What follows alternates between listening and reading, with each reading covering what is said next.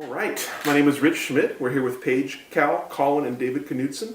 It's September 20th, 2024. We're at Knudsen Vineyards in Dundee. And thank you all so much for joining us today. The first question, tell us a little bit about the history of Knudsen and of this property. In 1968, our parents went to France. And what I remember is they came back, particularly our father, completely smitten with the regions of Burgundy and Champagne.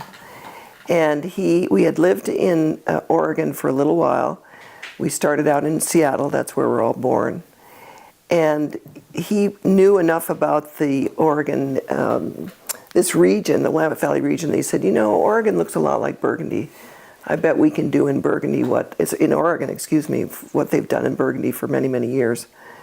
So he started looking around for property. He was in the timber industry. He was a retired lawyer, or a recovering lawyer, I think people say, and had gotten into the forest products industry, had worked for Evans Products here in the Oregon area, and then moved on to Weyerhaeuser up in the Seattle area. And he was an acquisition specialist for Weyerhaeuser, which meant that he was trying to figure out how to make a very large business even larger through acquisition. So his whole mindset was, how do you scale a big thing to make it bigger?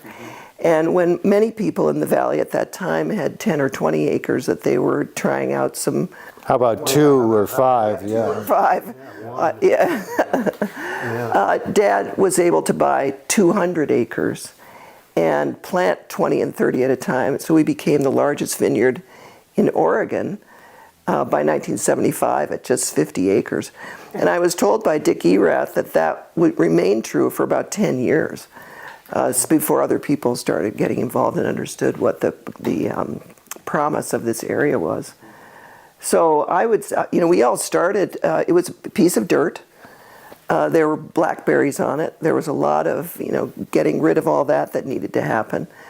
But Dad and Mom were very clear that as a family, we all needed to be here when we planted the first vines. Well, but let's pause for a second there and talk about Dad buys this property, and then he's up in Seattle running a sizable business, if you will, and he's got to figure out how he's going to get the job done turning raw land into a vineyard, and that involves Dick Erath and Alan Holstein. And so talk about Dick a bit, and then about... So Dad was on the road a lot. When we looked back at our calendars at a certain point after he passed away, it was like, was he ever home? Just like, it's literally, it's like Europe, South America. So he popping in and out of the house. Yeah, no, that's right. So he knew right from the beginning, and I am pretty sure, you guys can correct me, that he really wasn't interested in being the guy on the tractor. He wanted to build something and have it be ready for him to appreciate. So he started, at the time, the Oregon Economic Development Commission had put out a brochure about growing wine grapes in the Willamette Valley. And he got a hold of that, and then he figured out, he was a smart guy, he figured out who were the early ones, earlier than he was. And he started talking to people. And he was introduced to Dick Erath by Jim Marsh, just over the hill, saying, I think you guys would be interested in talking to each other. And Dick at the time, he had come up from California and he was working at Tektronix. I don't know that he was actually an engineer, but he was kind of in the engineering department. And Dad and he had, I don't know how many conversations, but at some point Dad said, why don't you do this? You quit your job. I'll pay you to be the person who helps me implement the vision for the vineyard. We will build a house for you and your family. It was a house that came on it's a kit house, as is this place where we are here. Comes on a truck, insert, tab B into slot A. And that is what is now, or what started as the tasting room, was Dick's house and the basement and the garage. Which were the winery. And the winery in the basement. That's where he made his first 216 cases under the Erath label in 1972. So with that, Dad had a guy in place, and Dick went for it. You know, as indicated, Dad was not a viticulturist or an enologist. He was a wine lover and wanted to create a wine business. So he needed somebody to help him do that.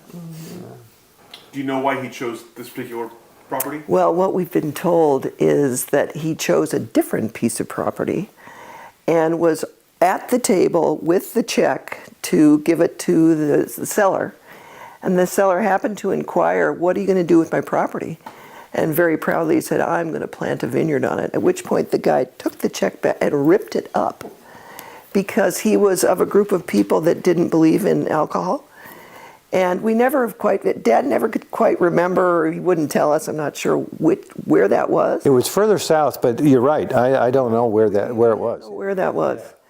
And with that, I think he continued his search. And I've been told, I never did this because I was too young, but that people would go to Jim Marsh to ask him what he knew.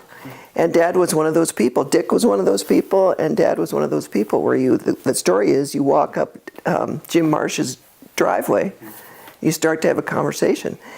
And one of the things that I remembered from the chat that I had with Jim Marsh is that he really appreciated Dad's business acumen and his business background. And he recognized, because he used to work at Dun and Bradstreet, I think, he recognized that a businessman of Dad's, I'm going to say stature, that may be giving him too much, I don't know, his stature, his level. He was a smart guy. Dad was a very smart guy, and a good businessman. That if someone like that wanted to invest in the hills, that was a good sign. And would become part of the community. Yeah. Yeah. So to get back to where Dad worked, he was Paige said, he was a senior vice president at Weyerhaeuser, and then he left there and went up to Vancouver, BC, and was president and CEO of Macmillan Bloedel. Yeah, he got recruited out of Weyerhaeuser to go run that company. He ran it for like 10 years. Yeah, and that was my parents' Canadian adventure. So what are your earliest memories of the property? You mentioned the need for the family to be together when it's being planted. So tell me about that. What was this property like as a child? Well, I don't know if I'd call it a need to be a family. It was a definite desire on our parents' part to have us all there. And, when I think back about it, it may have been a little bit of, child labor as well. But I think it was more than that. What do you guys remember about what it looked like? I just remember a lot of red dirt. Oh, that's all it was, without doubt. Well, they had to. Wasn't it an old orchard of some kind? Yes. So this is a little bit of this. Where's she going with this? But within the last 6 months, I've been contacted by the family that lived here before some interim group before Dad. It's the Kistrich family, and they remember. They lived here. They had walnuts. They had cherries, they had hazelnuts, they had goats, pigs. I made up the pigs part. They had goats, they had horses, they had a garden. Their mother was single at the time, 10 kids, and they loved it here. I invited them all to lunch about a month ago. And they just were beside themselves at how excited they were that this was where they used to live and what we've been doing about it and how much we care for the property. And it was destroyed in the Columbus Day storm of 1962. The orchard was, or something? Yeah. Well, and I used to tell the story until I talked to them that they were completely wiped out. Well, not so much. Apparently, some of the trees were just fine, and it was disease that was the problem for the hazelnuts in particular. And they had to sell the property. I think they just couldn't manage it anymore, but they were allowed to stay for another year. And then I haven't figured out who the people are that bought from them and sold fairly quickly to Dad and why that was. I don't have vivid sort of images of what the place looked like, but I kind of recall that it was, it was not big, wide open spaces, ready to plant grapes. And so Dick did a lot of the legwork to get it cleaned up. And then when it was time to plant the first acre, we came down as kids, and all four of us, and Dick and his kids, And his wife, and Keena. his wife, and mom and dad, And our dog. We planted the first acre. That's kind of what that was. You know, we were, you know, putting vines in the ground. And using an auger. Didn't even know what an auger was, but we learned how to, you know, kind of be on one side while Dad was on the other. And then I remember, I was so taken aback that the way, at least they did it at that time, is it was a stick, which is a cutting. You threw it into the hole you just made. There was nothing between, you know, above the hole. And then you put a bunch of dirt in. I thought, well, that doesn't seem like you're giving that plant much of a chance. But it worked. But it worked. And they didn't use the kind of poles or certainly metal stakes they used at the time. They used bean poles, or the poles that people used when they were growing beans. And there's still some of those over on the other side of the vineyard. What year was our? And maybe this is a story that needs to get edited out. But what year was our trip to Europe as kids? The ski trip. I thought it was, oh, good point. I was in 6th grade. Let me do some math.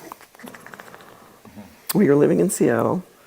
I'm not fast with math, so I don't. 6th grade, yeah. So, but this was after they'd acquired, you know, owned the vineyard. Is that right? We'd started the vineyard already. Well, no, that couldn't be right, because I was at St. Nicholas School, and I was there as a freshman and a sophomore. No, as a freshman. So it would have been right when. Let's come back on that. Yeah. Yeah, because we're spending too much time calculating. But I just remember, so the time, I can't remember the timing, and again, but Mom and Dad's interest in the wine business was now, you know, was very, you know, going.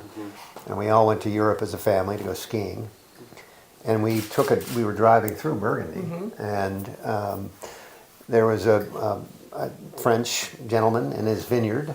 You know, I do sort of recall this, and there was sort of a pile of cuttings. Yes. And Dad stopped and engaged this guy in a conversation, speaking no French. You know, Dad didn't speak French. No. But long story short, Dad wanted some of the cuttings, and the you know, the guy was happy to give them to him because he was going to burn them. And we then those cuttings were then put into our ski bags. You know, the ski that our skis were in. And I thought it was the tennis rackets. No, No, it was just. it was our ski bags. Yeah. And those ski bags were then, you know, checked in and brought back to the United States. You know, presumably illegally, and you know, under cover of his children. And I was old enough to be very nervous about it. I remember that. What I've never known is, did those cuttings, you know, end up in the ground? They did. End up in the ground. Yeah. And did they propagate, or did they fail? And that's what I don't know. Well, I had heard that maybe there was some disease in the end, that they tried it and it didn't really go very far. But I get my stories mixed up. So anyway, that was, you know, a little subterfuge. But so what do we remember about it? It was, I mean, as David said, when we first got here, there was a lot of cleanup that needed to get done. But in terms of our memories of sort of working here or spending time, it was red dirt. It was that slope over there, and we have two slopes. We're above the south slope. But, you know, the early days was all oriented in the north slope. There was a white house on the property, right? It would have been where this Kittredge family grew up. And the window's broken. I mean, it was about to, it had been abandoned for a number of years. It was about to fall over. We, as we've already noted, we came down as a family. We planted the first acre. And then many of us started working here for summers. Now, I'm not sure if you're aware of this, but we never actually lived here. We were living in Seattle, and so Dad would come down and visit regularly, once a month, frequently more than that. And then as kids, we'd come down. Our exposure was I don't know, maybe it was 4 or 5 summers as we were getting through high school and into college.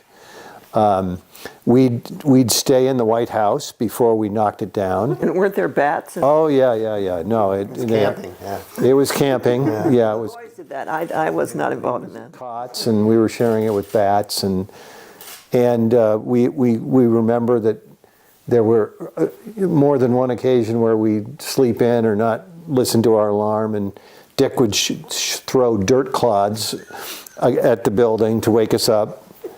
And so, there was a lot of learning going on as we were... straggling out of the building to get to get to work.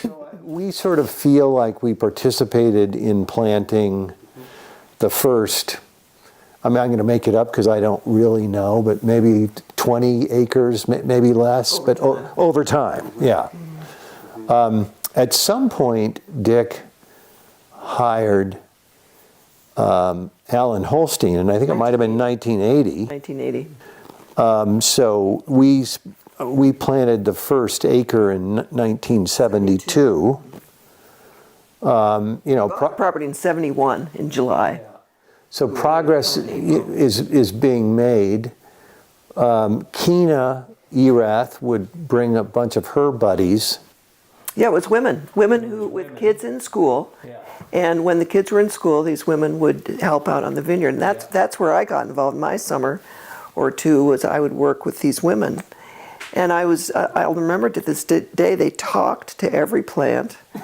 And they'd come across, I was somewhere doing whatever I was supposed to do, and they were, "Oh, honey, you're looking so pale and wan. We need to help you a little bit." And I thought, whoa, this is really a different way than I thought it was going to work. But they couldn't have been nicer. I was really into horses when I was young, and they took me to a stock auction, and they really took care of me. I think the cabin must have been built by then, because I think I stayed up here by myself. So when I didn't stay in that house. Yeah, and so we just chronologically, we buy it in 71, we start planning in 72, maybe Dick's house was built in... 72 also. Was it 72? Mm-hmm. The White House gets knocked down a couple of years after that. We build the cabin in 1980, the Royal We. No, 75 I thought, 75 or 76. Was it that early? Okay. We hire Alan, or Dick hires Alan, to help further the development of the vineyard. Alan lives in the cabin for 7 years. Holy smokes. He was married at some point. I don't think he was married when he got here, but he did marry, and he and his wife lived here for a while, and then they had a child and they moved to a place. And we also have all sorts of documents as to what types, what varietals we were planting and where, at what time. And right now, the vineyard, and which has been true for many years, we grow Pinot Noir and Chardonnay, but there were times where we grew Müller-Thurgau, Riesling, Chardonnay, and Pinot. Yeah, maybe Riesling for a long time. Yeah. Dad held on to the Riesling for way. And I think Dick was the motivator for Riesling with his background. He really, and now we'd be happy to have Riesling. Back Then again. no one paid you for Riesling. Yeah. The economics of Riesling finally just Said, sort of no can do. Got to do something else. Yeah. The other thing that we remember is, and it's, as we think about the development of the vineyard, is Dad and Mom had this idea of hosting a harvest party, and they put that into place very early on. 76. I think I have an invitation from 76. And that's in fact why we're one of the reasons why we're out here is because we reinstituted that, and it's tomorrow. But we've heard from others, and I can't remember who's told us this. Maybe it's Alan, that Mom and Dad would invite all their friends, and all their friends were from Portland and Seattle, and so people would show up. With blue blazers on and nice skirts, and all the people that were helping support the party, Keena and her buddies and so forth, were looking at these people saying, "What is going on here?" Yeah. Because at the harvest party they would give the guests, the guests. I mean, they were sort of to harvest. They'd give them clippers and send them into the vineyard to clip some grapes off the. And everybody the loved vines. it. Mm-hmm. And they'd had a great time. And it was 76 because that's when the winery buildings were completed. They started to create the Knudsen Winery, which is what it was called, in 1975, but it was completed in 76, so by the fall. Some of the photographs we have are of that new building.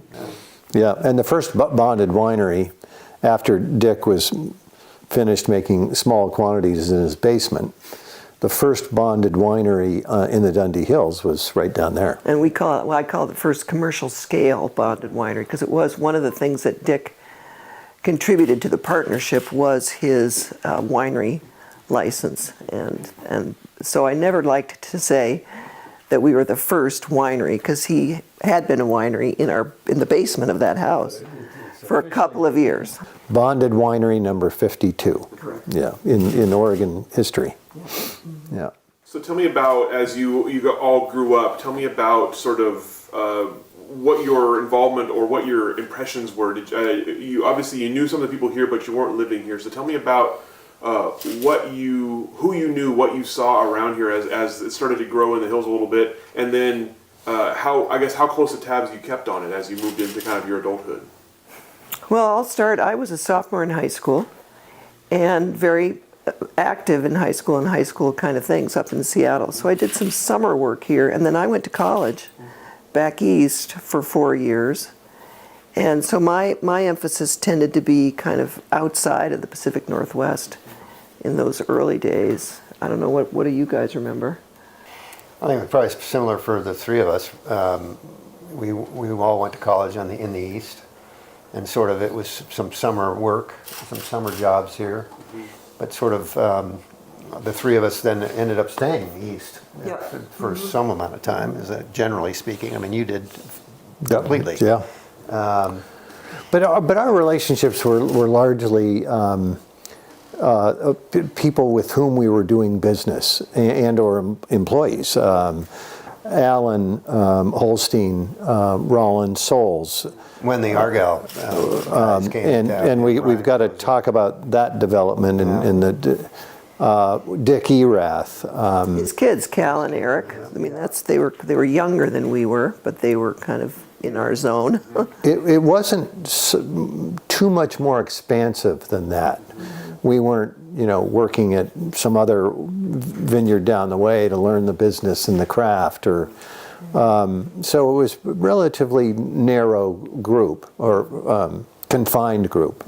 So it's been fun to be here more recently and have people say, "Oh, I knew your mom and dad," or "I was there when."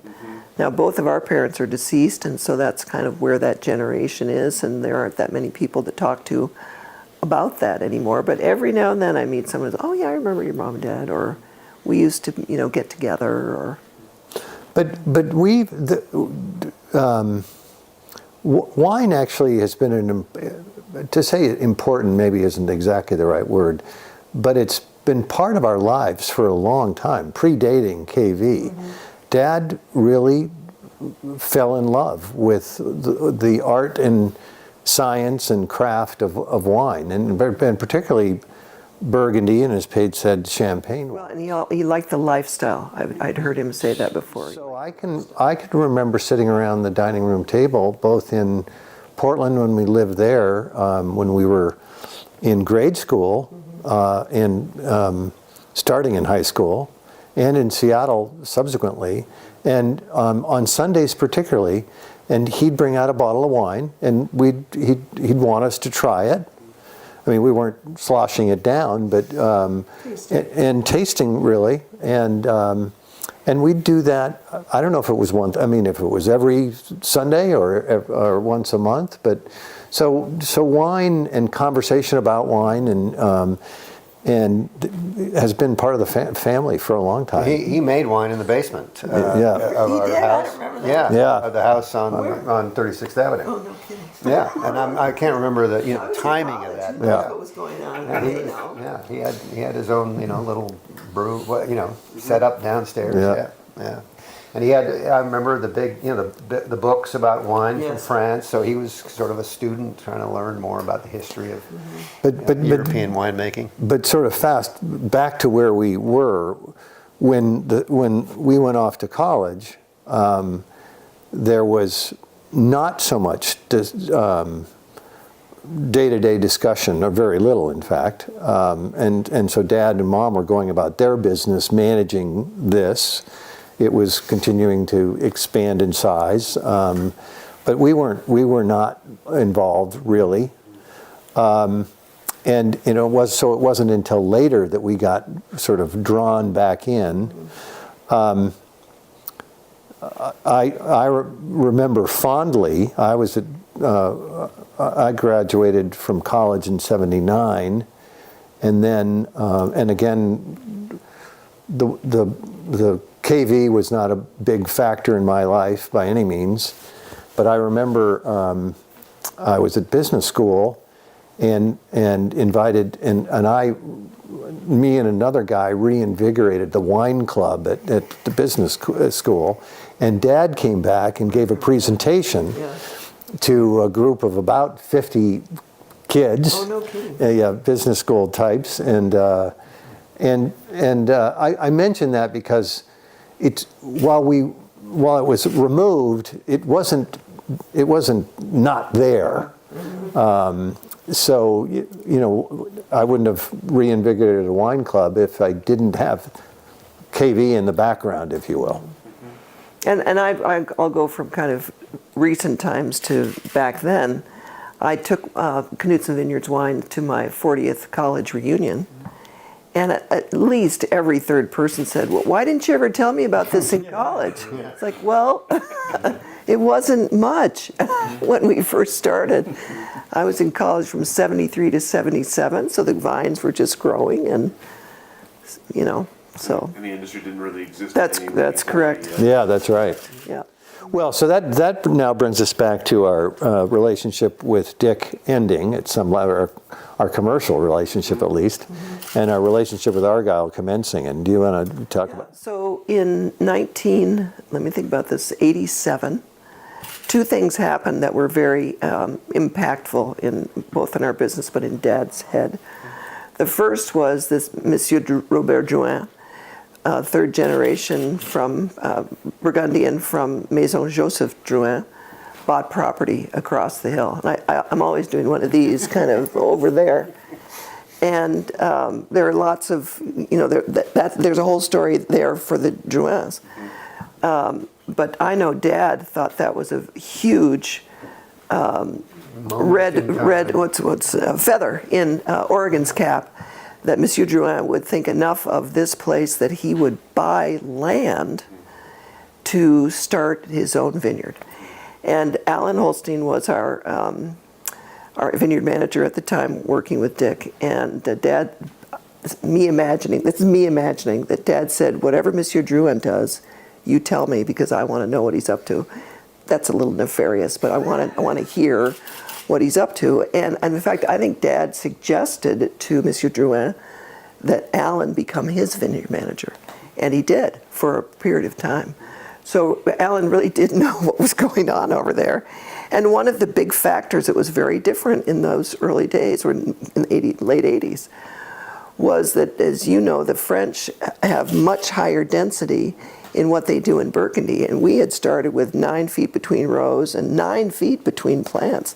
By 1980, with Alan coming on board and Dick having some experience, we realized that was allowing the plants to be way too vigorous. And so we interplanted. The 9 foot between plants became 4.5 feet between plants. And I show people this on the vineyard because you can still see what that looks like. But Monsieur Drouin, I think he probably shocked the French, because instead of meter by meter, it was meter by meter 3. And Dad thought that was, if it's good enough for Monsieur Drouin, we should be doing something like that too. So we started planting closer and closer. We're now at 5 by 5, but some of our vines, which was such a fun way to come up and see what actually happened during all those years, you can see 4.5 by 7, you can see 9 by 9 interplanted, you can see 5 by meter, because we tried that. You can see unilateral canes, you can see bilateral canes, you can see spur caning. And you can see it all there. It's pretty fun. But back to 1987. Back to 1987. So, It's a vineyard. It's a legitimate vineyard archive. yes, it is. I love that. There's no question about it. And it's one of the things that Alan, through the years when he was working here and even after, he would bring viticulture students so they could see what he was talking about and what worked, what didn't work, why it changed, etc.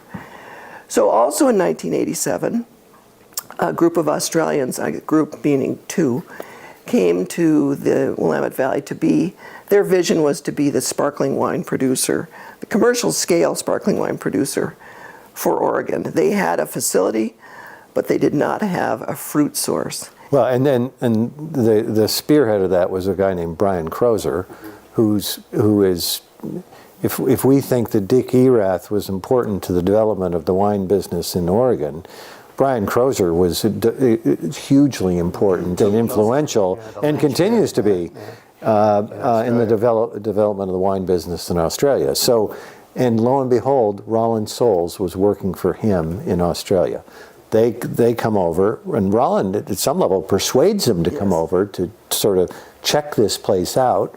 Roland himself had developed a love for sparkling, and said, and Brian comes over and says, okay, well, we want to be the sparkling wine producer in Oregon, and so finally, Dad and Dick, who had a very good relationship, had reached a point in their relationship where maybe it was time to go separate ways.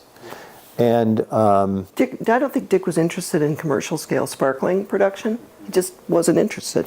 so they decided to separate, and they had a buy-sell arrangement that was, Dad offered to buy Dick out. Dick had the right to match that. He did. And so they're no longer partners. We continued to own the vineyard. That was never part of that arrangement. It was only the winemaking. And so Dad's here. He's got all these grapes, and Argyle shows up as a development, and they say, we need a grape source. I think it was it Alan that knew Rollin? So what happened was Alan had decided not to work with Dick anymore. And he started to get to know through Rollin the Australians. And so it was Alan who said to Dad, you know, if you're interested, this group really does need a fruit source.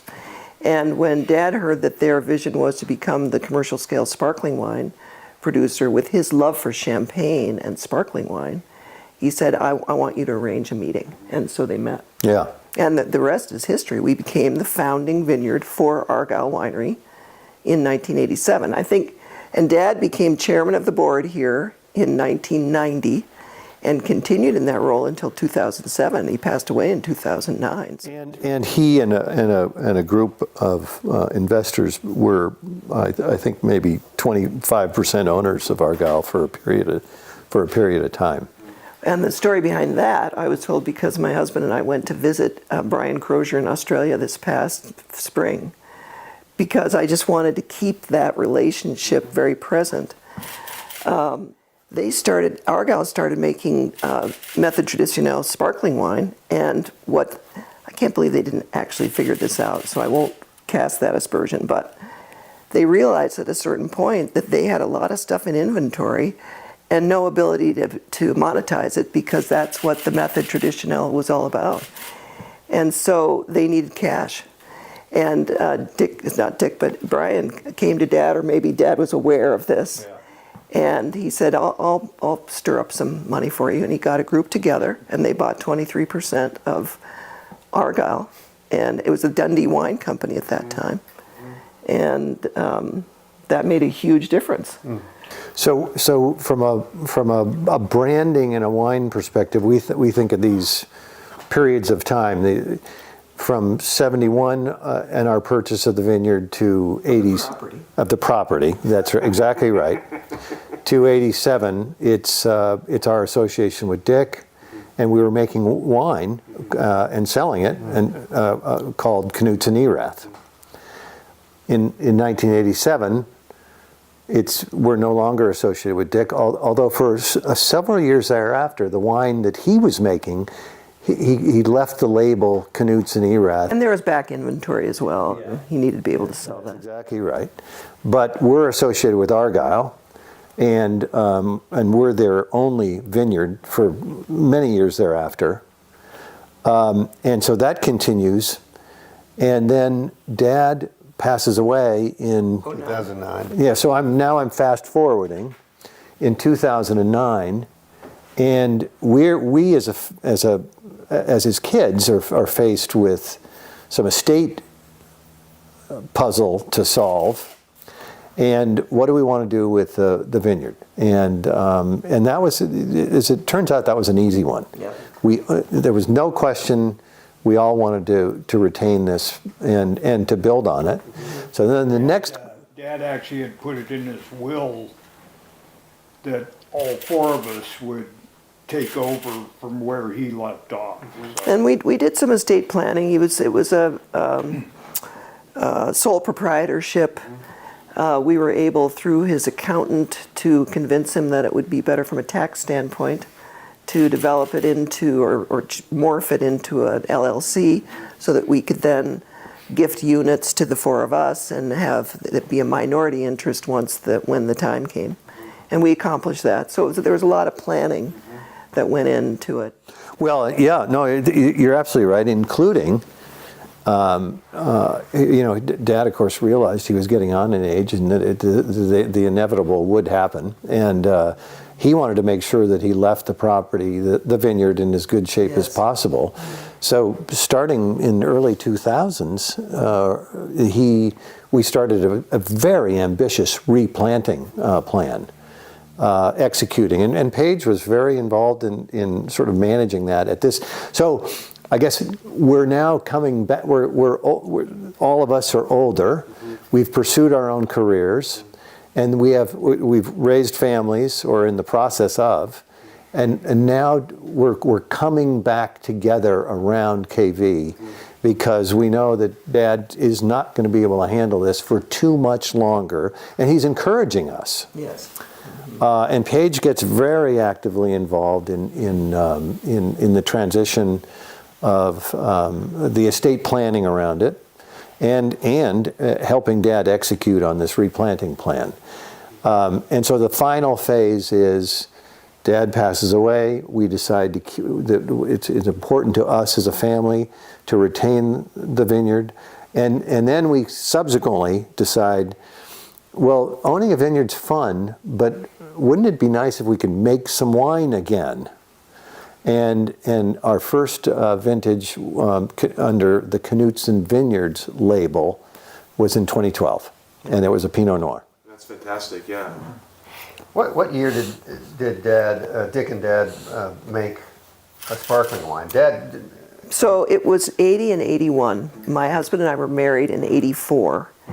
And so they brought that wine. It was called Oregon Brewed. I have one bottle of it in my cabinet. We have one in the archives. Oh, you do? Good. Cool. And we served it at my wedding. And I was just cheeky enough as the only daughter to say, Dad, is this going to be any good? It's like, honey, don't worry. And it was great. But they had made some barrels of it.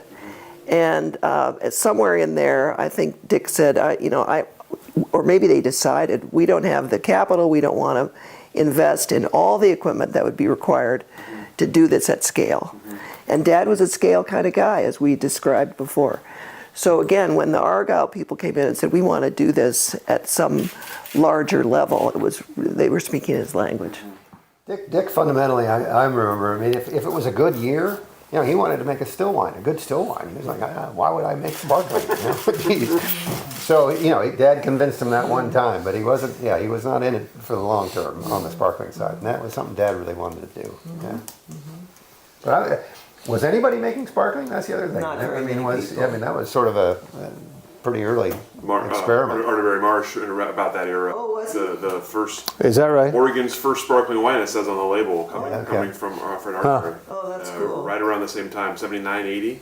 Well, when you say Arterbury, you mean Marsh, Marsh, right? Because it wasn't Arterbury Marsh for a little while after. Yeah. So you mentioned the replanting. Obviously, I assume that's phylloxera related in some way. Yes, Tell me so about that. phylloxera came to the valley in 1990, and all of our vines to that point, actually including 1990, were on own-rooted stock. And so we were susceptible to phylloxera, and in particular, there was a block over on the other side of Pinot where it started to show up, and it was actually lower down too. Yeah, it was. In How block. big was the vineyard in 1990? Ooh. Roughly? Well, this side hadn't been planted yet, so it would have been about 75 acres. And the reason I know that is because our mother passed away in this very cabin in 1990, and she was looking down on this block of grapes that was own-rooted from France. It's the oldest planting of the French Dijon clones 76 and 96 in the New World that was sourced by David Adelsheim from the University of Burgundy. I don't know if this is how it went, but I always tell the story that Dad said, I'll take some Chardonnay. And then instead of just planting it wasn't like they got a lot, 25 cuttings. He asked Alan, or tasked Alan, to propagate so that we were able to plant 6 acres of it. Again, how do you scale something that starts small? So he was patient, he took a little time. Those plants were planted in 1990 when the phylloxera as phylloxera was showing up. So everything after that was planted on rootstock. And what's interesting to many people who come here, I make sure I talk about it, is there's a little cell of phylloxera that you can see from this cabin, so people can, what does phylloxera do? Well, let me show you. And as you know, it doesn't go a row at a time every year. It depends on the conditions, it depends on the plants around it, etc. So it's been growing, and at some point we're going to have to deal with that. But part of it too was we had some Chardonnay that wasn't the right clone. So that was, and we got the good stuff, if you will, in 1990. So the other side was Chardonnay, Pinot, Riesling, Muller-Thurgau. And over time, we started tearing that out and replanting. So the Muller-Thurgau is right up at the top of the other side. In 1998, we tore that out and planted our only block of Pinot Meunier. Why Pinot Meunier? Because Dad always felt that was the secret sauce of Champagne, and he wanted all 3 of those grapes that are on his property. And he's proven to be correct. No, and because Rollin was didn't want him to do it. No. He just said, Pinot Meunier, it said, gee, yeah, why would you do that? And then Dad just was like, yeah, we're going to do it. Argyle more within the last 10 years has planted their own. Well, no, and finally. it's completely Yeah, changed. yeah, and yeah, in fact, the other story I kind of remember is that Rollin, in making the sparkling rosé, he was making sparkling rosé, and it was good, but not everything he wanted it to be. At some point, he started putting Pinot Meunier in it. From our vineyard. From our vineyard, and the percentage kept going up because it was making it better. And it flew off the shelves. He tells me, we made that difference, and now they have a Pinot Meunier in their rosé, both from our vineyard and their vineyard, but also they've made a couple of vintages of all Pinot Meunier sparkling wine from our vineyard and from theirs. It's worth noting, and we haven't raised this yet, that Knudsen Vineyards is considered a high elevation vineyard. The lowest elevation is sort of just above 500 feet, and the highest is just under 1,000 feet. For most of our lives, we've been the highest elevation vineyard in the Willamette Valley, in the North Willamette Valley. That's been valuable to Argyle because they're a big sparkling producer, and they would take sort of the top third of our vineyard every year and use it for sparkling, and that would leave the bottom 2/3, if you will, for still, and which was perfect. It corresponded perfectly with coolness and warmer from one elevation to the other, because you pick sparkling grapes earlier. As over the course of time, with global warming, it's still, what I've said still applies, but it's been interesting that it's applying a little bit less, and yet from our perspective as a higher elevation vineyard, we feel like we're in a pretty good spot. Yeah, the still wine line. Keeps moving up, right. And I think what Argyle liked about our vineyard is depending on, because in the earlier days before global warming has kind of mitigated the variation in the vintages, Argyle to a certain extent could mitigate that effect by, if it was going to be a cooler year, they'd make more sparkling. If it was going to be a warmer year, they'd have the opportunity to make more still. And it's actually a great strategy on their part, I think. We were glad to be part of that. And one of the things we enjoyed over time was, because after we stopped being associated with Knudsen Erath Winery, there was no Knudsen brand. But at a certain point when vineyard designation seemed to be a good marketing strategy, our vineyard name was placed on the Argyle bottle. So we got some nice, and have had some nice promotional effect from that. Not to mention, it tells the consumer that it's really good stuff. It's worth noting that we've been in business, as we've noted, with Argyle since 1987. We've had an outstanding relationship with Argyle, and they've served us well, and we've served them well. And we continue to be in relationship with them. Yeah, and that's where I was headed. We still sell them 80% of the production from Knudsen Vineyards. I mean, plus or minus. And then we retain the balance for two reasons. One is to produce our own wine, which is a growing brand, but still quite small. And then there's a small handful of other producers to whom we sell our grapes. And typically it's with the requirement that they vineyard designate. And they want to, but nonetheless, it's a requirement that they vineyard designate. Yeah. So tell me about you mentioned the decision to start making wine again in 2012 under the Knudsen name.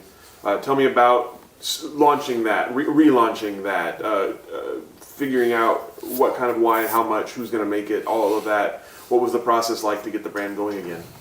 We spent a little money and got some consultants about what is our vision, what is our mission, what do we want to do. And we were going to start producing wine in 2011. And you may remember that 2011 was a challenging year. And we've really benefited so much from our friendships with Alan and Rollin Souls. And Rollin said, Paige, you guys don't need to do it. You can sell all your grapes to Argyle. Why don't you wait for a year that isn't quite as challenging? So that gave us a little more time to decide, and sure enough, 2012 showed up, which was a fabulous year, and we moved forward with that. They also suggested, you don't need to make a lot of wine right at the get-go, because as a new brand, you need to figure out how you're going to sell it. You can't just make it and people will come. I kind of thought that at the beginning, but I realized I went to a marketing seminar at one point, and it was when I started talking about our association with known brands that somebody I was talking to went, oh, I know them. It's like, oh, I see. Knudsen Vineyards has been around for a while, but nobody knew us because we weren't here. So we've done a pretty good job, I think, of getting that word out, but there's always more people to talk to about that. So what we realized was, and what we were offered through our relationship with Argyle, is the ability to make wine at their facility. And what that allowed us to do is, number one, not invest in a lot of capital equipment, because we could, quote, use their equipment. And it meant that at the very beginning, we weren't required to choose which block we wanted to get our fruit from. They basically said, we'll take all your fruit, we'll vinify it for you. We do small lot fermentation. We know exactly where each block is, where that wine has been made. And then you can come into the blending room with our winemaker, Nate Klosterman, and blend the wines that you want from Knudsen kind of to the case. And you guys might want to talk about that process, because it's been a really great Well, process. again, the relationship is so good, wonderful. I mean, they made it very easy for us to get into the business on kind of a low risk basis, you know. And so, yeah, from the very beginning, it was, they, as Paige described, they, you know, put everything in keg, and then, you know, they select what they call their premier or prestige level. And they, you know, they basically say, here's all of our prestige level, and you can From Knudsen. and you can, you know, take what you want, you know. To some, we weren't taking a lot, you know, so you can take what you want to make what you want. And Nate did a fabulous job, as for 10 years, of sort of shepherding us through the process of blending and expanding the line. It started with one bottle of Pinot Noir. The next year it was one bottle of Pinot Noir and one Chardonnay. And now it's A whole 100 cases of each. and now it's what, 7? How many SKUs now? I mean, We now have 7 or 8 to 10 SKUs. No, it's more like a dozen. Yeah, maybe 12 SKUs. They've been very, very helpful to us, and they would be the first to say we are not a custom crush operation. Knudsens, okay, but because we have this long relationship, but they were very clear about that. So we've had 3 commercial relationships with them simultaneously. They manage our vineyard. They buy our grapes, and we have had a contract, obviously, that relates to that. And then, commencing in 2012, they produced our wine. Now, so you know, you got to have a good relationship with someone to have that complete an arrangement, and so it's been great. Fast forward, and this is new news, if relatively, is commencing in last year, in 2023, we switched our winemaking. Really, initially, or what got this going was their request, and we can talk about that later, but we weren't bailing out on them so much as their development suggested that they needed more space, and so they came to us a number of years ago and said, you should be thinking about finding another place to have your wine made. And it was, very cordial. Not abrupt. You know, they gave us a lot of time to think about it. So we have affiliated, and we're at some level once again a founding member of a new custom crush facility on Warden Hill Road called Vinovate. And Brian Weil is the winemaker. He's formerly of Alexana, thank you. Head winemaker of Alexana, and did a wonderful job there. And so we've produced our first vintage with them, 2023. We're about to, produce our second with 2024. Oh, and so it's Brian Weil is running it, but he has a partner as well, Kate Payne Brown, who's was at Stoller and producing their sparkling. So she's working with us directly on sparkling. He's working directly with us on still. They coordinate together on the whole thing, and we've found it to be terrific. And really, the transition has been seamless. And at some level, it's been helpful to us and maybe cathartic for us. And just the arrangement provides us more flexibility. So, in 2023, for the first time, we produced a sparkling rosé, and we sort of did it almost at the last minute, and we produced another talking block a little bit at the last minute, which is 100% Pommard, and we're all excited about that. And then we've produced a wine from 2023 for distribution only. And That's a Willamette Valley Pinot.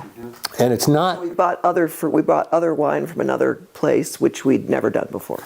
So, we couldn't have done that practically and realistically under the Argyle umbrella. So it's been we think it's been a really positive move, and it's helped them, and so. Well, and it also speaks so highly of the Oregon industry, really, in the transition. I mean, first Argyle took us on, and a bunch of neophytes, and I still am one. But Colin and Paige, I mean, they've gotten better and better at the blending process, and because we've been involved in making every single one of our wines, and Nate did a wonderful job of sort of shepherding that project. But I don't want to interrupt, but Knudsens have been very, very involved. So the comment I got from a friend well, how will I know it's not just Argyle by another name?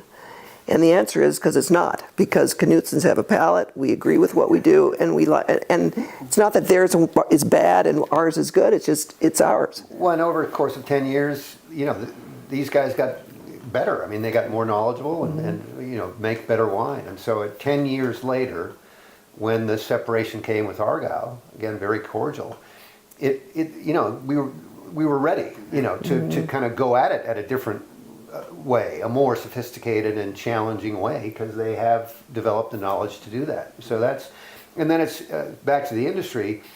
Nate and Brian, the handoff has been, again, it's sort of seamless.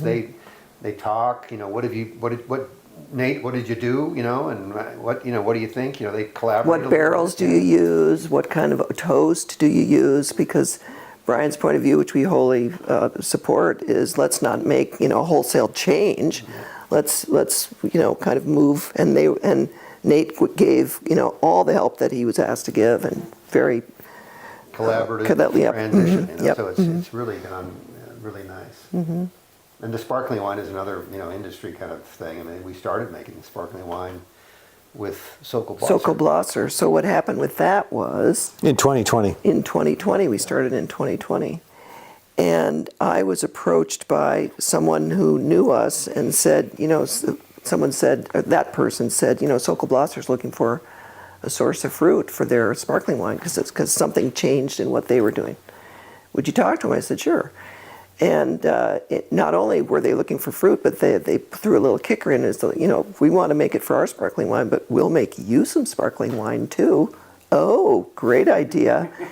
And so we started with them. We picked that fruit before the smoke came in 2020, so it was pre-September 7th.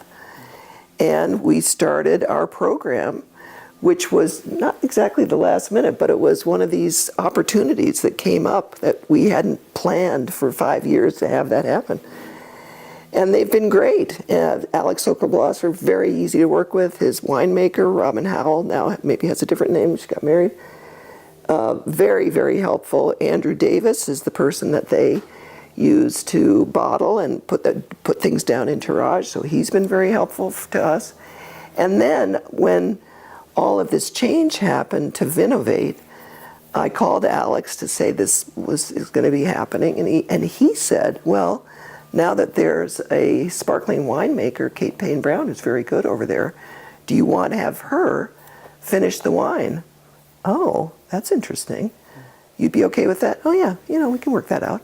And so that's what's happening. They've done the base wine on tirage first fermentation, and every year we're taking what's in tirage, and Kate is finishing it off. We get to do dosage trials with her, and it's all underneath the same umbrella. And I think, maybe Alex was thinking for himself as well, but I think it was much more altruistic.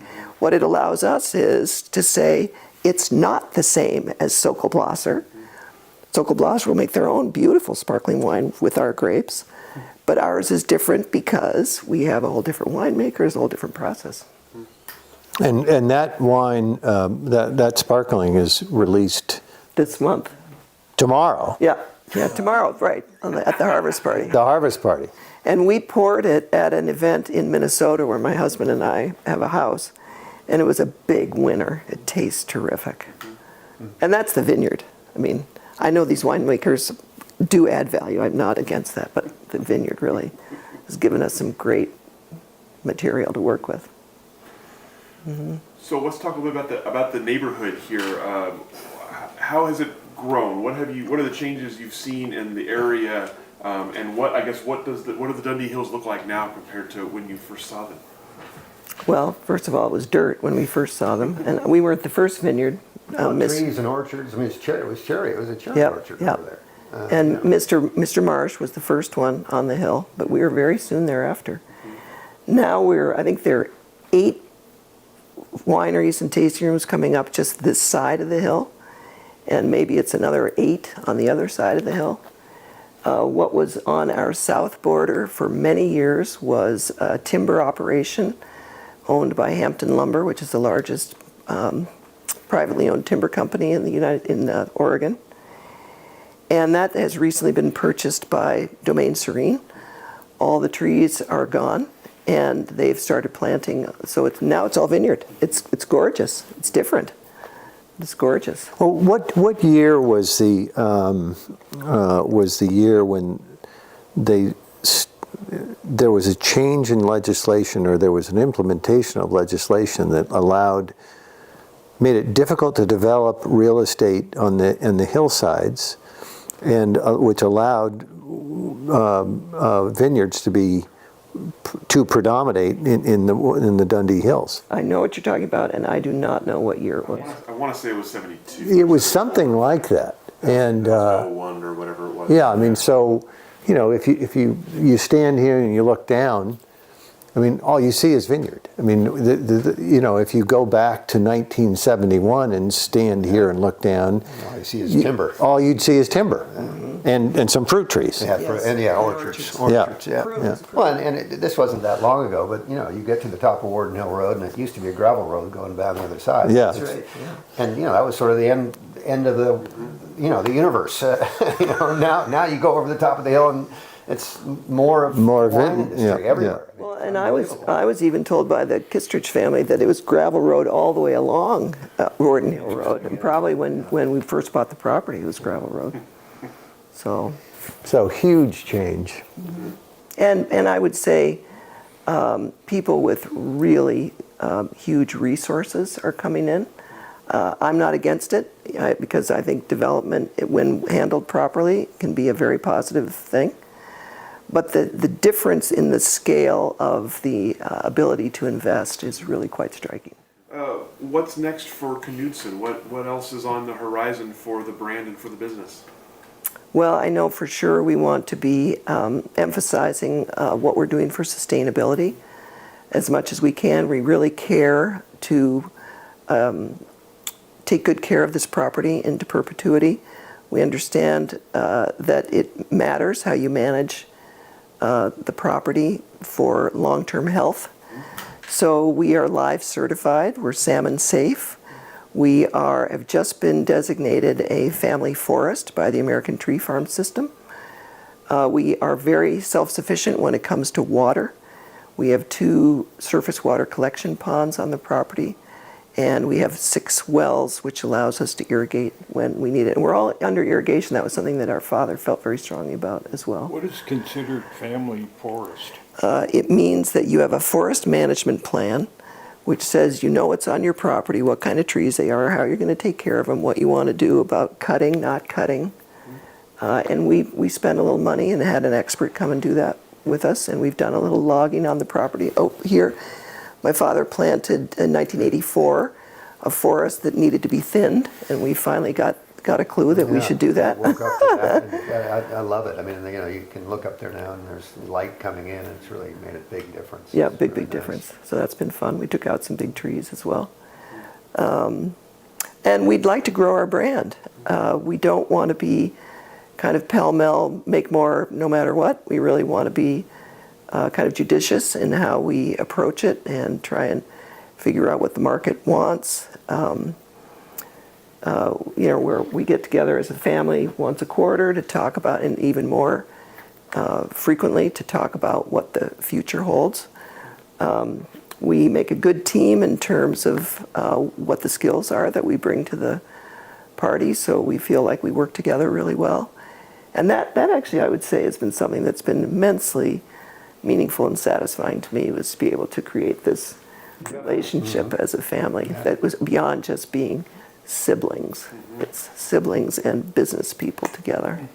We mentioned earlier that we're very modest in scale from a wine production perspective. I mean, we're producing, plus or minus 3,500 cases annually, and that's, it's fun and it's complicated, but it's not enough. We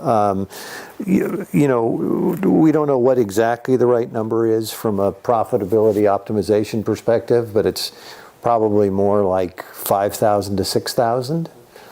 So that's our long-term objective. We love owning the vineyard. We love making wine. We love learning about wine making and grape growing, and that's a continual process. We're not getting any younger, and so we are starting to think more actively about what happens over the course of the next 5 years in terms of management of the operation. Paige has 3 kids. Cal has a son. My wife and I have 4 kids, and that's the extent of the kids. The third generation. The third generation. Sort of like we were at our kids' ages. Everyone's pursuing their own career in different locations. So it's not crystal clear who's going to have, who's the logical party or what's going to happen with the next generation. One of our boys, just as it turns out, I mentioned him earlier, works at Domaine Serene. He's just married a girl from Spain who works at Stoller.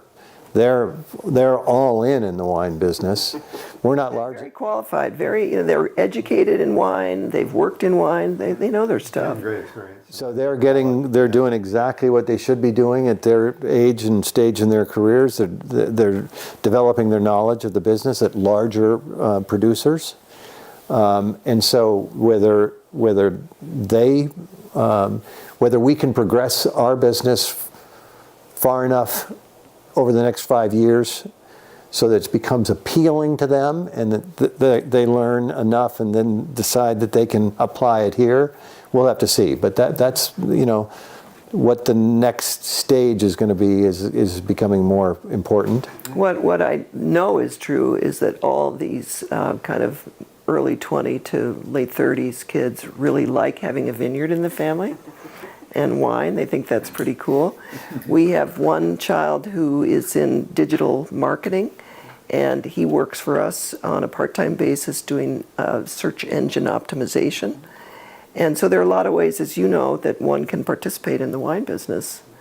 And certainly the whole digital thing has become... Well, it's like any business. It requires all the various and sundry skill sets, accounting, marketing, and all of it. So, Yeah, these 3 here are the brains of Knudsen Vineyards, and I'm sort of learning as I'm going. Yeah, so. Cal's great. He's a great advocate for the vineyard and has a lot of friends who like to come.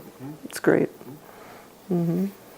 So, because this is a group interview, we haven't had a chance to talk about each of you individually too much. I would love to know just briefly about kind of life and career outside of wine. So, Colin, start with you. Just tell us a little bit about your kind of life and career. Yeah, no, thanks. I've been in the finance business my career. I started, I went east to college, graduated in '79, spent 3 years working in Washington, D.C. and for an elected congressman.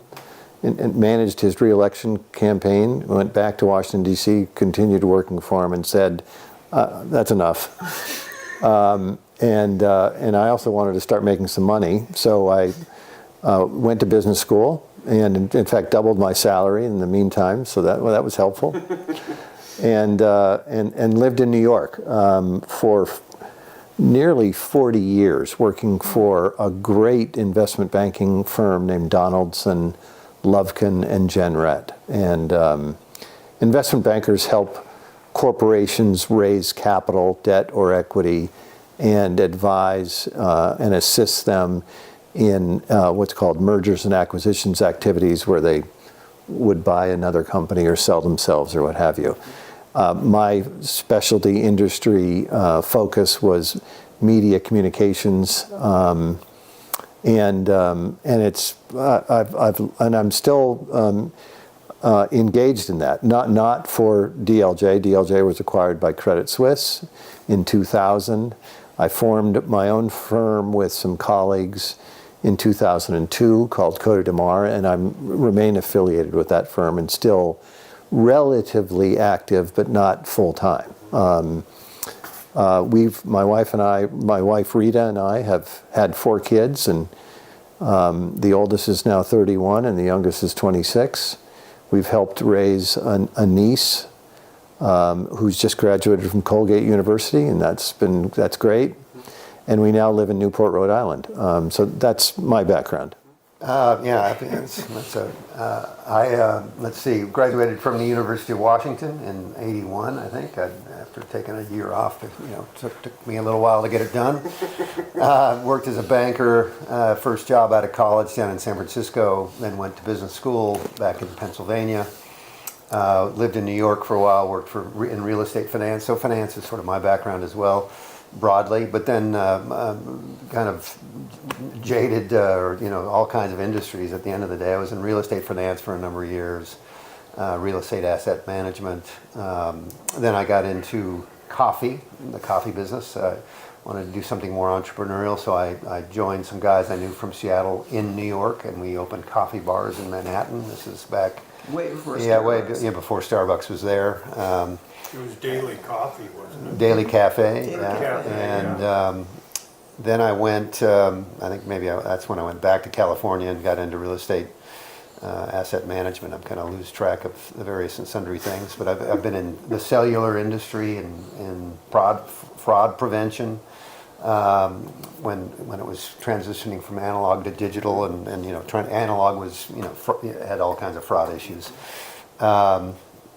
And where to from there? Anyway, I ended up, long story short, my father had invested in a mushroom business in Indoor mushroom growing. Ostrom Mushroom Farms in Washington. And at some point in his later years, he was getting on in years. None of us were connected. The next generation wasn't connected, and so I was sort of elected amongst my siblings to go kind of first to support him on the board. Then I replaced him on the board, and then one thing led to another, and I ended up running the business for about 13, 14 years.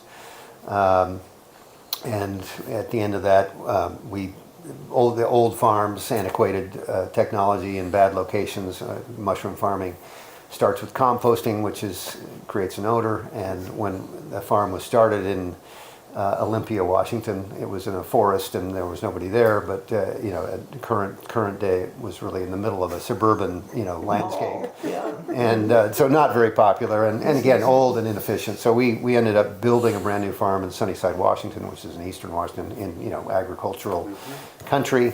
And I left that business in 21, and so I've been sort of retired and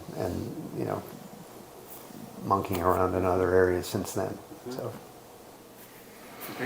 I started out in college at Yale, back east, and went into, what the heck did I do? I went to Europe, and I worked in Europe after college for a little while. I really boned up, and I was pretty good at French. I spoke good French. And then I came back to New York, and I worked for an insurance company, and realized after about 3 weeks that was not going to be a long-term thing. Nothing against insurance, it just wasn't for me.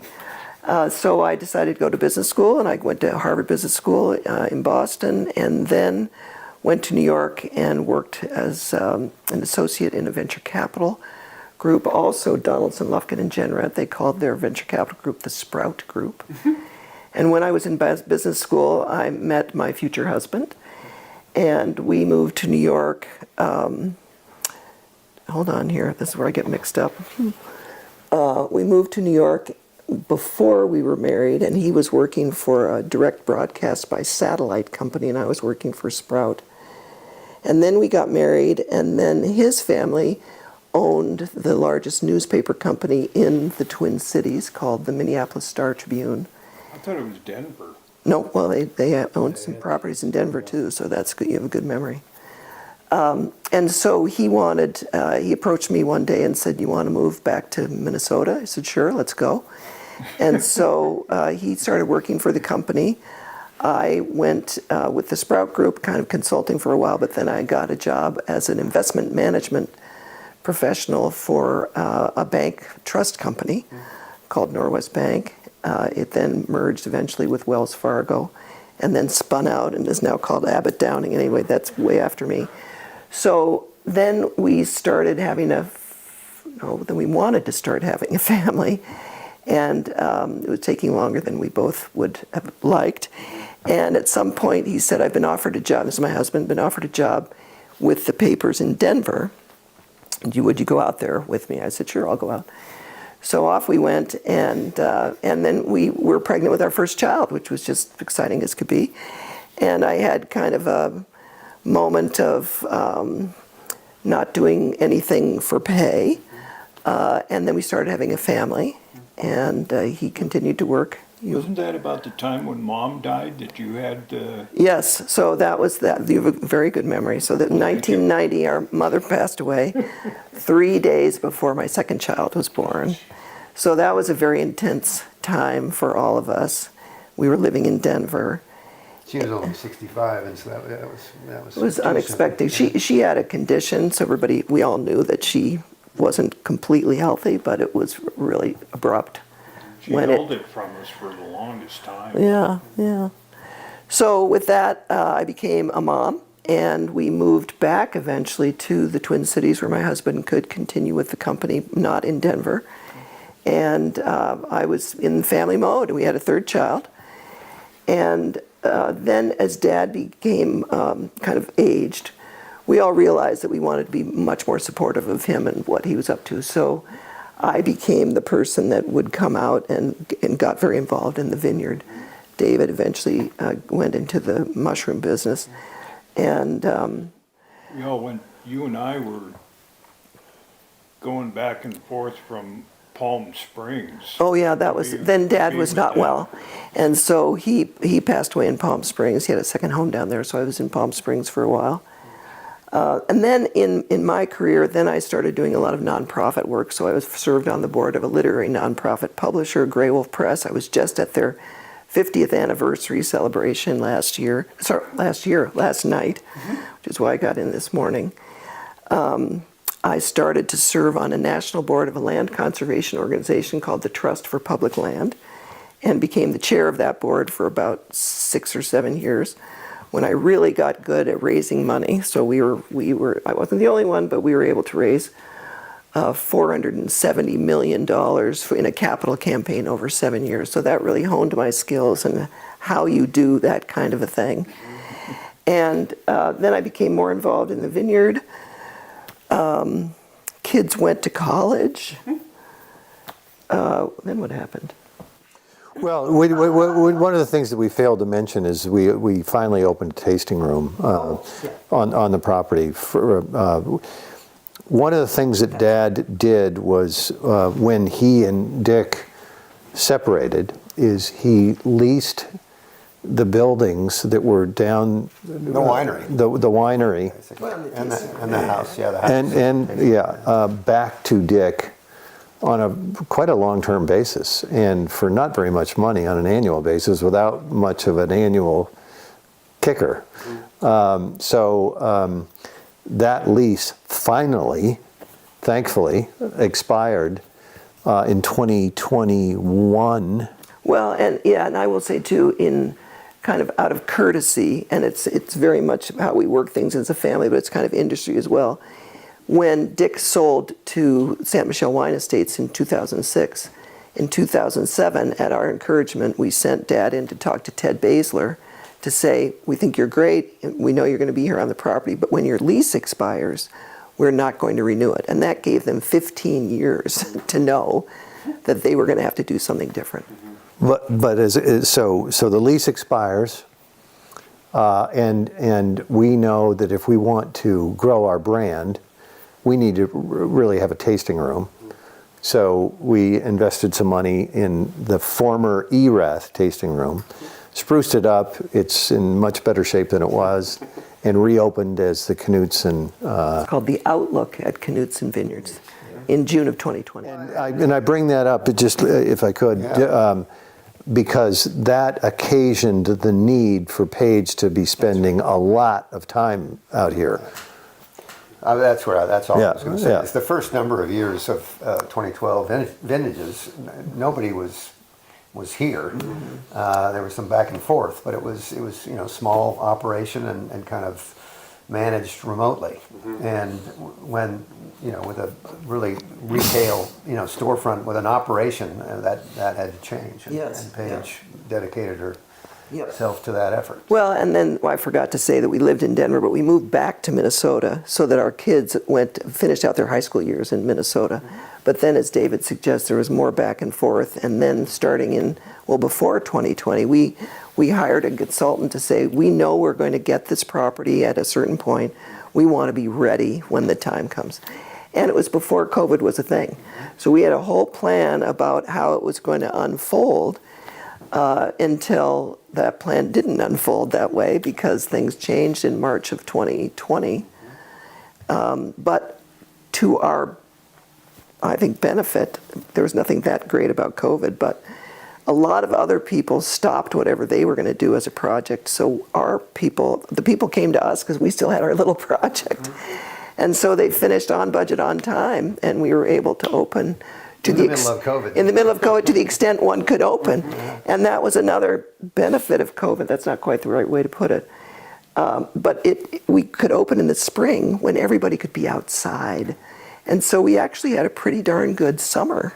And then it got a little more restricted, as you know, in kind of late 2020, 2021, but great visitation in 2021. And so it's been fun. We have employees now, and but that was quite a test. So I was here in an apartment for a couple of years, and then about 2 years ago, my husband and I invested in a house in Newburgh. So it just gives us a place that we can call home. It's a little bit more room. We can have people over now that you can have people over. When the primary function here is the growing of grapes and the selling of grapes to, in our case, Argyle, one can largely do that remotely if you've got the right person that's looking out over the vineyard. The right relationships. Once one decides that you're going to put your name on a bottle of wine, there are a gazillion decisions that need to be made, and it's not remote anymore. And it involves all the family members. It's quite personal. It's so. And we didn't completely appreciate this when we decided to start making wine, and it didn't manifest itself as clearly until we decided to open a tasting room in 2020. But it was becoming more evident, and so now we're deciding what wines do we want to make, and what new wines do we want to make, and how much do we want to make of each of those. And where do we want to make it from? In the vineyard. Yeah. We're now, we're in farming now. Before sort of Argyle took us out of farming. Right. We could just take the juice. But we're now, we're kind of more traditional now. So Blocks do you need? How many rows do you want? What kind of yield do you think you're going to get? How do you want to cultivate it? Yeah, and I will say, just to finish up on me, because enough about me, is that I did kind of a traditional thing where I was with the kids. I did nonprofit work. I didn't work for money, etc. And now I have a job. Every now and then I go, I've been trained for this, where I'm the managing partner for my family. I'm here on site, and I've got a great staff, wonderful family that's very supportive, and I'm running the business. Cal, let's talk a little about you, the one person we haven't talked about yet. Tell us a little about kind of your life and career. Graduated from Overlake High School in '73. Went up to a year later in '74. Worked with Weyerhaeuser down in Federal Way, where my dad was. Did that for 4 years. And then moved, by then Mom and Dad had moved up to Canada. And so Dad calls me and goes, "Why don't you come up to Vancouver and I'll get you a job?" And I'm thinking, "Dad, no, I don't want you helping me out getting a job, because I'm named after him." And so, that, and then, when you're named after your dad or mom, or, well, dad, actually, people have a tendency to treat you a lot different than everybody else. And so I went up to Vancouver, spent 2 years up there, and by then Dad was, pretty much running McMillan Bloedel from, I think it was like 1980. He ran it for like 10 years. Yeah, I can't remember the years. Yeah, I thought it was like 80 to 90 or It's probably or close. something like that. So he was actually having me doing interviews up there. He wanted me to work with Loomis. I don't know, as a driver or maybe as one of the security guards. Oh, right. And then he wanted me to. He had this big deal about, well, maybe I can get you a job at Woolworths up there. And I'm thinking, my God, Dad. But, he tried, and, because of being a family member, and he had a couple of people that actually worked for Woolworths, and they were trying their hardest to get me in there. And just because of company policies, you couldn't have a family member working with, another company, so to speak. So, but then I've been pretty much a driver all my life. I'm working with a company called Advanced Auto in Linwood, Washington, and so, boy, it's a lot better than where I was before. Last question for all of you, I guess, and I guess I kind of want to focus this around sort of the Knudsen brand name. What about Knudsen makes you proudest? What is the biggest achievement of the Knudsen Vineyards name? I'll just start out. I think we make a very high quality product, and I feel very proud to be associated and have our family name on a product that is high quality and really a nice thing to have people have in their cellars. It also gives me a lot of pride to know that we are carrying on a tradition that our parents started 53 years ago. I feel very similar. It was very important to us as we were considering what to do with the vineyard, important to all of us as a family, that we figured out a way to honor the legacy of our parents. Our parents were very outgoing people, very generous people, very thoughtful, very smart. They felt that wine was important to them, important to their lives and to their friends and to communication just broadly. And we wanted to continue that tradition. And I think we've done a really nice job of that.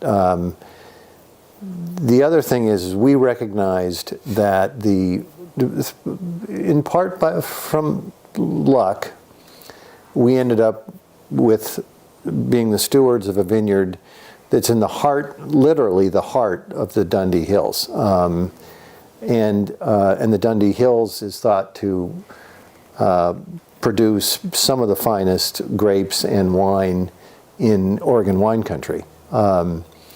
So we wanted to make sure that we remained really, really strong stewards of this vineyard, and we aspire to continue to make. We believe we're already making outstanding wine, not because we're so smart so much, but because of the location. if we can get out of the way and not screw things up, we should make very good wine, and we do. But we aspire to continue to improve in our winemaking skills and believe that we're doing that. So we're creating our own legacy as well.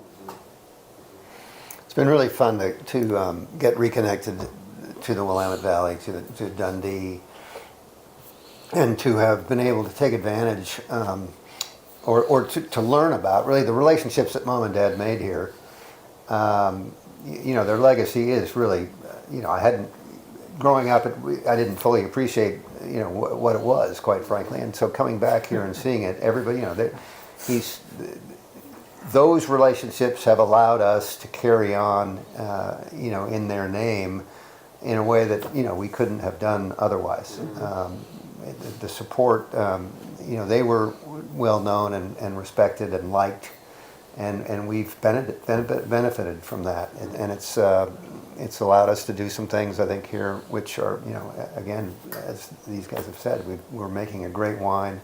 We got great raw materials, but we're working with people, high caliber people in the industry that are looking out for us. I mean, they're not going to do it for us, but they've helped us create something very satisfying, and I think that has legs. So that's been fun. So the other thing I will say is it's really terrific to have been in the industry since the very beginning. We all feel a tremendous, we know that there's a tremendous opportunity to give back to the industry as well. And being here on site, I feel very lucky to have been invited to participate on the Willamette Valley Wineries Association board. I really value that opportunity to be with peers that are very well qualified. In addition, I've been eager to give back in ways that are more philanthropic, and so I'm on the board of the Willamette Valley Wine Foundation, which is a new foundation, as you know. We're raising money for that. I'm the chair of the Fundraising and Donor Relations Committee. I've also been asked, and I'm very happy to serve on the Linfield University Wine Education Advisory Committee, so I get to understand what you all at Linfield are doing and how we as an industry can be helpful. And to David's point, I don't think I would have been invited to participate at that level without having this history of participation in the industry for such a long time, and I really value that. All right. All the questions that I have for the four of you, anything I didn't ask that I should have, or anything that wasn't covered today that you wanted to make sure was covered? There may be things that come up later because there's a lot to talk about. Next harvest party, we'll be here. Okay. There we go, yeah. As soon as you leave, we'll have tons of questions. Yeah, right.